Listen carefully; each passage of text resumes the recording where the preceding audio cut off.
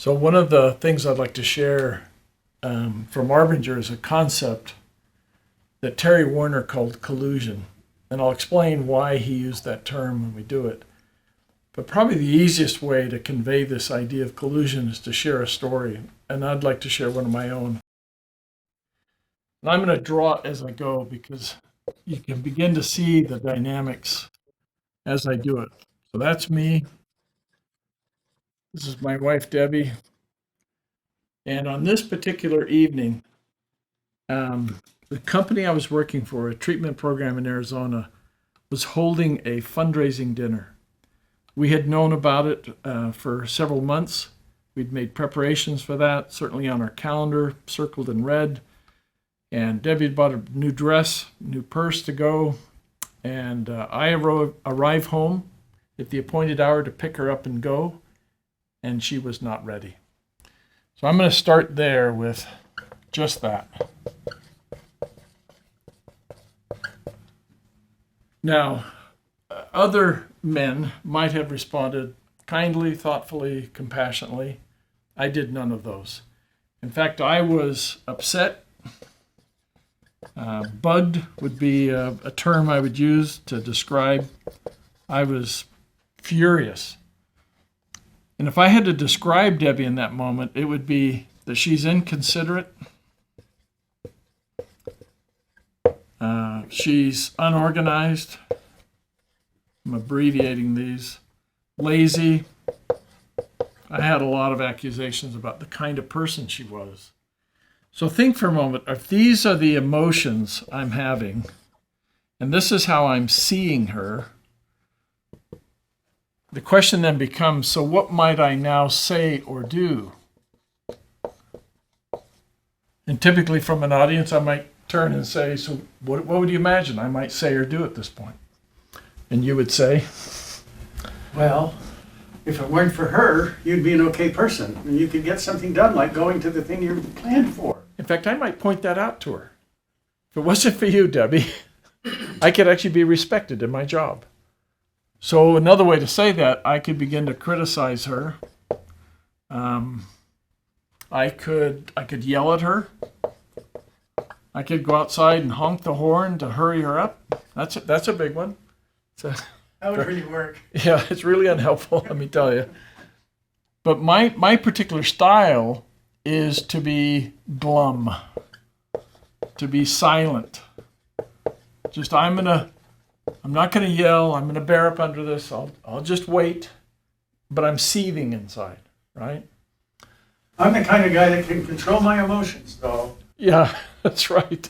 Look at I've got all these in control, and yet they're oozing out everywhere. She knows I'm upset, right? So a question I typically ask at this point is, so whose fault do I feel it is when I'm right here? Whose fault do I feel it is that I have to do any of these things? And the answer that everybody says, well, it's Debbie. So what's coming from me now is blame. I'm faulting her. Okay? And actually, I realized recently that I see these things also. These are solutions to what I feel I'm dealing with. This lazy, inconsiderate, wench of a woman. You even see yourself as the only innocent person in the room. True. Well, except for the baby. Maybe the baby. Okay, so here I am. I'm upset. All this is coming at her. How do you imagine she now begins to see me? How do you think she would describe me? Well, she has two options. One is, if it weren't for my husband, I could be okay. He has no idea what kind of day I've had. Yeah. Right? So he's always jumping to conclusions. Yeah, he has no idea about my day. Do you think she sees me as helpful, understanding? She wonders why you're not helpful. He's not helpful. Whoops. Not understanding. Okay.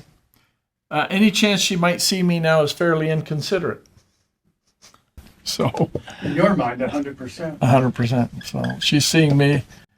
He's the one who's inconsiderate. And then we might take a guess at what sort of emotions she's experiencing. hurt. Might be one. She might be upset. She might feel defeated. I think we can imagine a number of emotions there. And so then the question becomes, if she's seeing me this way, thinking this way, feeling this, what might she now do? What might she now say or do? A big sigh, reaching for some kind of headache medication. So medicine, maybe even her anti-anxiety medicine, her Of course. antidepressant, those sorts of things. You gotta have that in your pocket at all times. So do you think this would also be possible, that she might criticize me? That she might be defensive and point out my faults? Interestingly, I think you would be ready for all that. Oh yeah, I am ready. Okay. How about this? That she takes more time, she slows down. Is that possible? Well, it's the only thing you can imagine her actually doing. Yeah.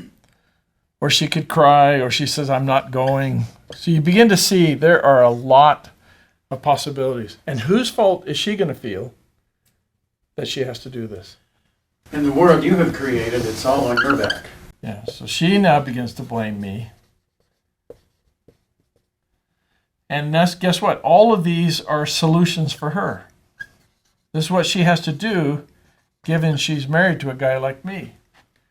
But do those look like solutions to me? Is this solving the problem tonight? It's multiplied. In fact, I now have proof that she is exactly the kind of person I think she is. So am I now going to do more of these kinds of things or less of these kinds of things? Yeah, it's the field is quite already to harvest. Yeah, so now I do more blame. She now has proof that I really am the jerk that she thinks I am. Why would I want to go with you? She's now saying I'm not going. By the way, do my solutions look like solutions to her? No. Like the problem. Problem. Okay. So round and round we go. And so at this point is if I'm laying out a story like this, I like to ask certain questions to help us really key on a couple of interesting aspects. One question might be, so who up here is being a problem? And the answer we know is, well, both of you are, right? So which one of us needs to? And the answer is both of us, right? Because what you're doing, you see, is the solution, and because it's really the problem, you better be the one that figures out how to change. I need to change, right? If I want to get better for me, at least, and be better toward her, I need to change. But also, if she wants to get better, she also will need to change. So I think it's fair to say we both need to change. You okay with that? Well, she's not on the TV channel news tonight to explain whether all your accusations of her really were true, really were correct. I can't imagine her doing that, right? So notice this. Who's the problem here? Well, we both are. Who needs to change? We both do. But then this is what I would call the self-deception question. Which one of us feels we're the one who needs to change? It's not on your agenda for either one of you. Yeah, neither one of us. So who's likely to change? We don't have any kind of change medication that would make a difference here. Yeah. So how long do you think this goes on? As long as you can keep insisting that that's the way the world really is. Yeah. So we drove to Scottsdale in silence. We sat at the fundraising dinner table, our table, in silence. No one at our table gave any donations. I remember at one point asking her to pass a pitcher of the water, and she just pushed it my way. And she asked me for the butter, and I pushed it her way. It was bad. We drove home in silence. So then, but there's By the way, it was an accusatory silence that was mutual. Yes. Yeah, we were both fussed. We were both just you can imagine what we're thinking about how rotten the other person is and how long we're going to have to deal with this and why did I ever marry her and those kinds of things. And how do I explain this to the kids? Whatever that is. So then it's fair to know we did resolve this, but it was 2 years later. We just kind of, went past that night and went on. And I think at some point we I forgot about it.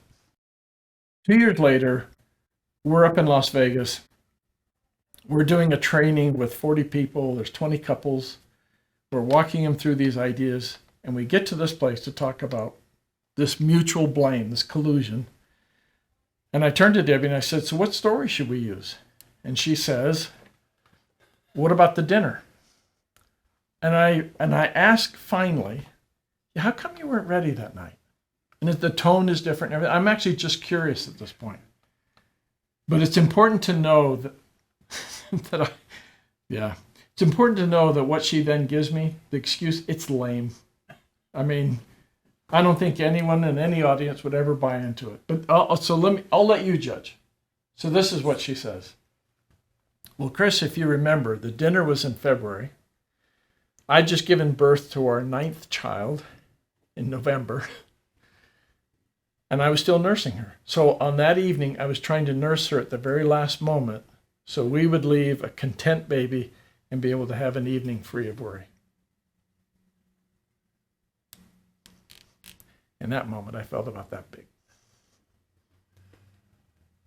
What I insisted that she was making me miserable, the truth was I had fomented almost all of this. So. And that night, that she found out 2 years later meant that the expiration date on the medication was no longer needed. Because now you see with your heart rather than with all your accusations in a bag that you're carrying for 2 years.